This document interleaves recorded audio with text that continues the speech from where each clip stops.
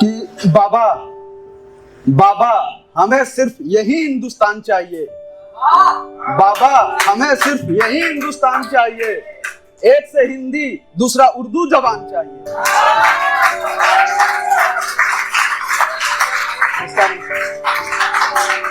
और मेरा शायर बनने का कारण ये रहा, मैं कुछ पंक्तियों से आपके सामने रखता हूँ, आप समझ जाएंगे कि बहकाने वाले सब तेरे यार बन गए,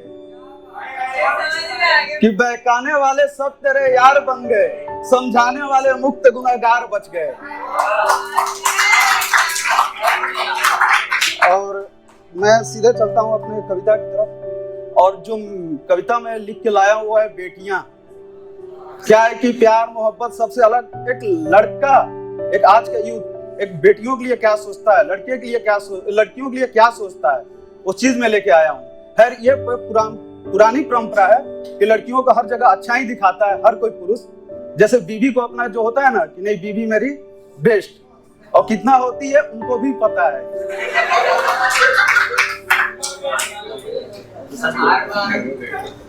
कि 21वीं सदी नया निर्माण ये हिंदुस्तान की है बेटियां, 21वीं सदी नया निर्माण ये हिंदुस्तान की है बेटियां, ये इस हिंद की गौरव सम्मान की है बेटियां, इन्हें बेटों से तुलना मत करो, ये खुद की पहचान की है बेटियां। और आप लोग कहीं कहीं गए होंगे तो देखे होंगे कि आजकल लड़कियां ई रिक्शा या हमारे हर फील्ड में है, और नहीं हो तो फिर सोचिए फिर किस काम की।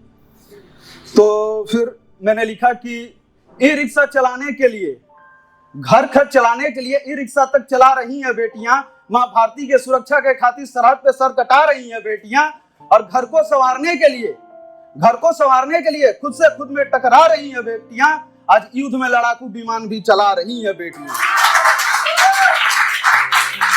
और यह है कि अब जिनकी बेटी नहीं है, अब तो मैं भी उस चीज को फील करता हूँ कि मेरी भी बहन नहीं है, लेकिन मैंने भी बना लिया है, तो लेकिन फिर भी एक कसक रह जाता, जब मम्मी बीमार होती है तो हमें सब देखना पड़ता है।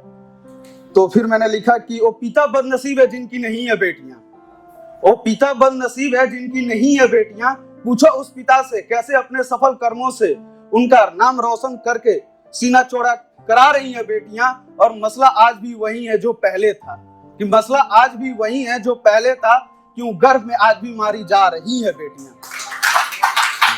धन्यवाद। क्या है कि मैं भी कभी प्यार किया था, मैं आता हूँ सीधे मुद्दे पे, है ना। और मैं मुद्दे पे, मैं ये नहीं कह रहा हूँ कि नहीं किया मैंने, हाँ मैं तो सब कुछ आपके सामने रख दिया।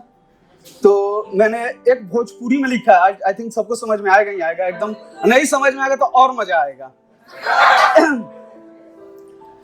मैंने तब लिखा कि जब पढ़ रहे थे तो उनका शादी किसी सरकारी बाबू से हो गया, तो उस टाइम मैंने लिखा कि पिताजी बहुत समझे, बेटा पढ़ ले नहीं पढ़ोगे तो क्या करोगे। तो मैंने लिखा कि बाबूजी के काल बात समझ में आई हमके, कई बार माई भी हमके समझौले रहली, कि बाबूजी के काल बात समझ में आई हमके, कई बार माई भी हमके समझौले रहली कि बेटा पढ़ ले सरकारी नौकरी हो जाई।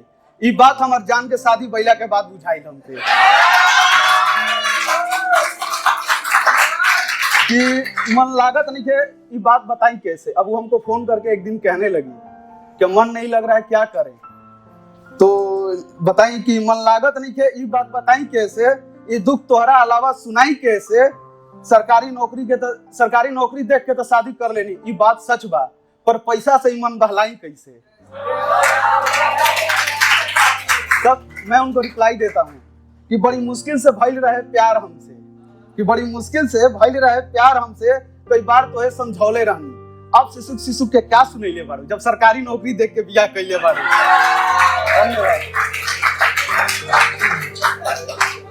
और एक गजल है, आप लोग सुनिएगा कि रुखसत हो गया तुम्हारी जिंदगी से, कि रुखसत हो गया तुम्हारी जिंदगी से, सोची फिर से दस्तक देगा ना ना, कि बुझ गई दीप मोहब्बत की, सोची फिर से जलाएगा ना ना, कि भरी महफिल से ठुकराई थी याद है, कि भरी महफिल से ठुकराई थी याद है, सोची फिर से जाम छुएगा ना ना, नबीना हो गई थी हुस्न की गुरूर में, कि नबीना हो गई थी हुस्न की गुरूर में, अब सोची फिर से समझाएगा ना सिफारिश न लगाओ फिर से वापस आने का।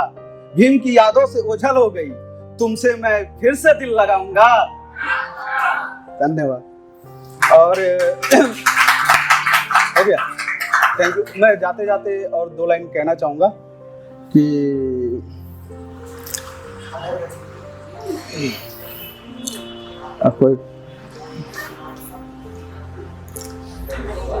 मैं लास्ट लाइन कहना चाहूंगा कि आप लोग बता दीजिएगा। साजिशे मोहब्बत में ये बात होनी तो थी ही, अब पूरी रात जगाओगी, पूरा दिन सोनी तो थी ही, अब कह रही हो वक्त नहीं देते, आज ये बात होनी तो थी ही। धन्यवाद।